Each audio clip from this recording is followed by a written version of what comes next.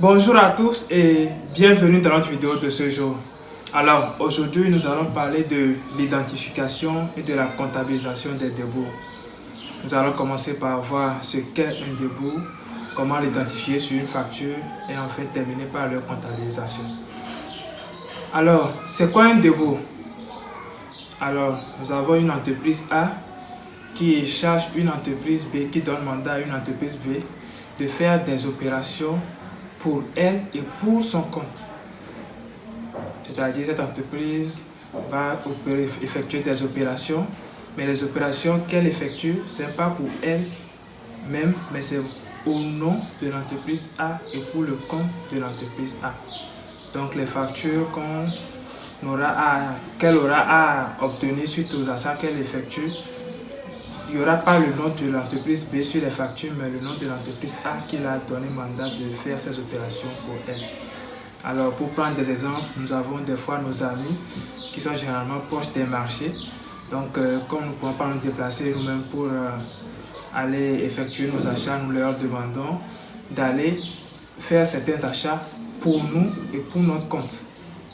Donc, eux, ils effectuent les achats. Et après, eux, ils viennent nous donner le produit tout en nous facturant, entre guillemets, et les opérations qu'ils ont eu à effectuer pour nous. Et après, nous allons leur rembourser. Alors, comment identifier ces opérations dans la pratique? Nous allons prendre l'exemple du domaine du transit, puisque c'est le domaine où nous rencontrons les débours le plus souvent.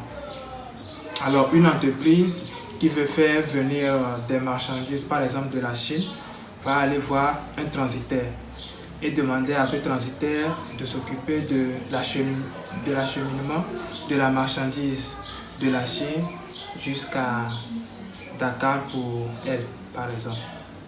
Donc le transitaire va se charger de faire tout ce qui est dédouanement, va tout faire au nom et pour le compte du client A, le client qui est établi au Sénégal.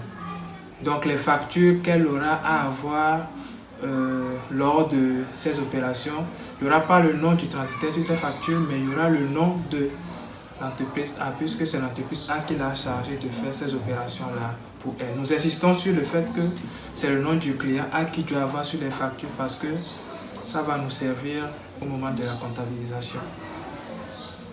Alors, comment identifier les débours sur une facture?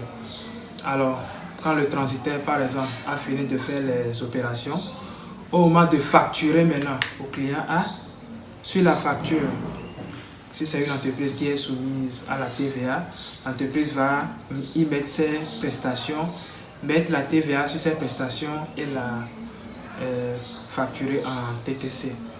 Sur la même facture, elle va y mettre ses débours. Des fois, les entreprises ne mettent pas débours, le terme débours, ils mettent juste une colonne, par exemple, ou montant non taxable, opération non taxable, ou peut-être ils vont mettre des opérations et mettre total débours, il y en a qui le font.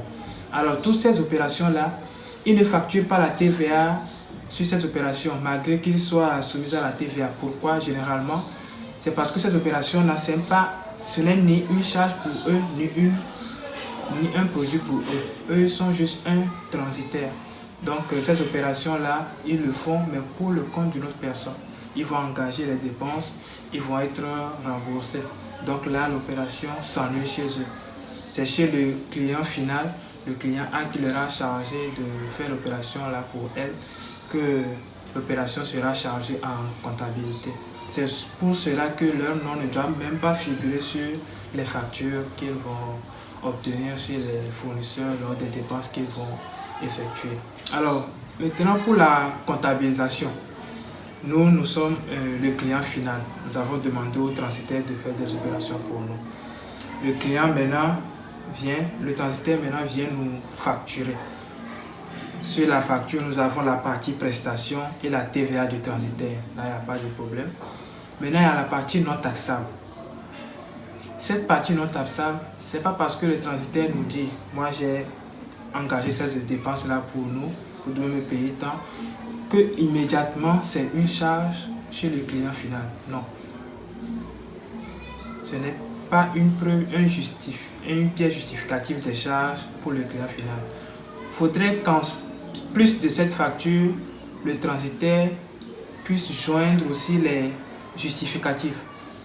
Toutes les pièces justificatives qu'elle a reçues lorsqu'elle engageait les opérations, elle va joindre ces factures-là à sa facture à elle. Maintenant, c'est ces factures-là que nous, si nous sommes l'entreprise, le client final, le client A qui a obtenu la facture, nous pouvons mettre ces opérations-là maintenant en charge. Pourquoi? Parce que, entre autres, peut-être dans les montants que le transitaire nous donne, il y a de la TVA récupérable. Et si nous perdons cette TVA, alors que nous, si par exemple c'est de la marchandise que nous avons achetée, en vendant la marchandise, nous allons mettre de la TVA. Mais la TVA, par exemple, à la douane et autres qu'on a facturé au transitaire, nous ne pouvons pas la récupérer parce qu'on n'a pas la pièce. Il n'y a que la facture ou la déclaration douanière qui peut nous donner le montant de la TVA. Sur la facture le transitaire n'a même pas à récupérer cette TVA dans sa comptabilité. C'est pour cela qu'il ne doit pas avoir le nom du transitaire sur ses factures. Sinon, s'il y a son nom, on ne sait pas si le transitaire là va récupérer la TVA chez elle ou pas, chez lui ou pas. Concernant la comptabilisation, ça dépend de ce que nous importons. Si c'est de la marchandise, en zone OHADA, le compte d'achat de marchandises c'est le 601. Maintenant, toutes les dépenses que le transitaire, par exemple, a bien effectuées, ce sont des frais qui concernent l'achat de marchandises, comme c'est une importation. Alors, ces frais-là iront dans le 6015, frais sur achat de marchandises. Si ce sont des importations de matières premières, ces opérations iront dans le 6025, frais sur achat de matières premières et ainsi de suite. Alors, dans la pratique, nous verrons que c'est difficile pour les transitaires de justifier tous les débours qu'ils vont facturer à l'entreprise parce qu'ils vont dire que des fois, nous engageons des dépenses sur le coût, mais le fournisseur ne nous donne pas les factures, Bon, ils vont nous dire plusieurs choses. Mais nous, comptables de clients finaux, nous avons besoin de ces factures-là car nous avons peut-être de la TVA à récupérer et ce ne sont que les factures du fournisseur qui peuvent justifier la charge en comptabilité. Nous ne pouvons pas nous baser sur la facture du transitaire pour les mettre en comptabilité, car ce n'est pas une pièce justificative de la charge en comptabilité. Alors, voilà notre conseil du jour. Nous espérons que ça va vous aider à mieux analyser les débours dans votre comptabilité avant de les comptabiliser et ne pas vous baser uniquement sur les factures avec mention débours juste pour les mettre en charge dans votre comptabilité. Nous espérons que cette vidéo vous sera utile. N'hésitez pas à mettre vos avis en commentaire car vos avis nous intéressent. N'hésitez pas à partager la vidéo aussi autour de vous. Merci et à la prochaine.